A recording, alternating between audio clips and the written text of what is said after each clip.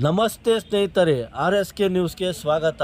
ದೊಡ್ಡಬಳ್ಳಾಪುರದಲ್ಲಿ ಕರ್ನಾಟಕ ರಾಜ್ಯ ಗ್ರಾಮೀಣ ಆಡಳಿತ ಅಧಿಕಾರಿಗಳ ಕೇಂದ್ರ ಸಂಘದಿಂದ ಮುಷ್ಕರವನ್ನು ಹಮ್ಮಿಕೊಂಡಿದ್ದರು.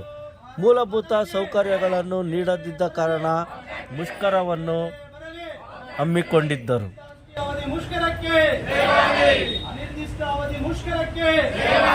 ಕರ್ನಾಟಕ ರಾಜ್ಯ ಗ್ರಾಮ ಆಡಳಿತ ಕೇಂದ್ರ ಸಂಘಕ್ಕೆ, ಕರ್ನಾಟಕ ರಾಜ್ಯ ಗ್ರಾಮ ಆಡಳಿತ ಅಧಿಕಾರಿಗಳ ಕೇಂದ್ರ ಸಂಘಕ್ಕೆ ಏನೇ ಬರಲಿ, ಏನೇ ಬರಲಿ.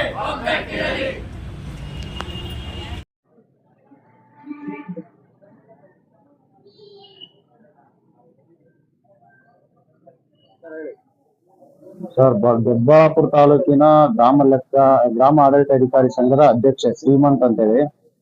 ಈಗ ನಮಗೆ ಕೆಲಸ ಮಾಡೋಕ್ಕೆ ಮೂಲಭೂತ ಸೌಕರ್ಯಗಳು ಯಾವುದು ಕುಂದುಕೊರತೆ ಇದೆ. ಅದಕ್ಕಾಗಿ ಹಿಂಗಾಗಿ ನಾವು ರಾಜ್ಯಾಧ್ಯಕ್ಷರಿಂದ ನಾವು ಸ್ಟ್ರೈಕ್ ಮಾಡ್ತಾ ಇದೀವಿ.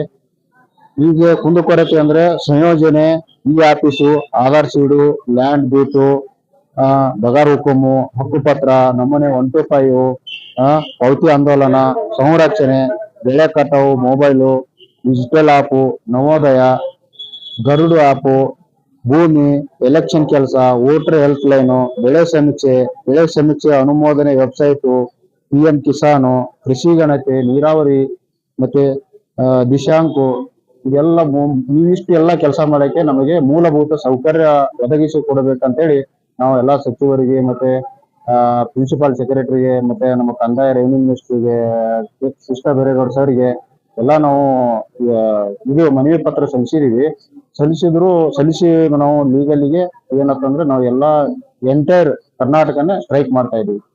ಈ ಮೂಲಭೂತ ಸೌಕರ್ಯ ಒದಗಿಸುವವರೆಗೂ ನಾವು ಈ ಸ್ಟ್ರೈಕ್ ನಾವು ಹಿಂತೆಗೆದುಕೊಳ್ಳಲ್ಲ ಸರ್. ಇಷ್ಟೇ ನನ್ನ ಹೆಸರು ಶ್ರೀಮಂತ್.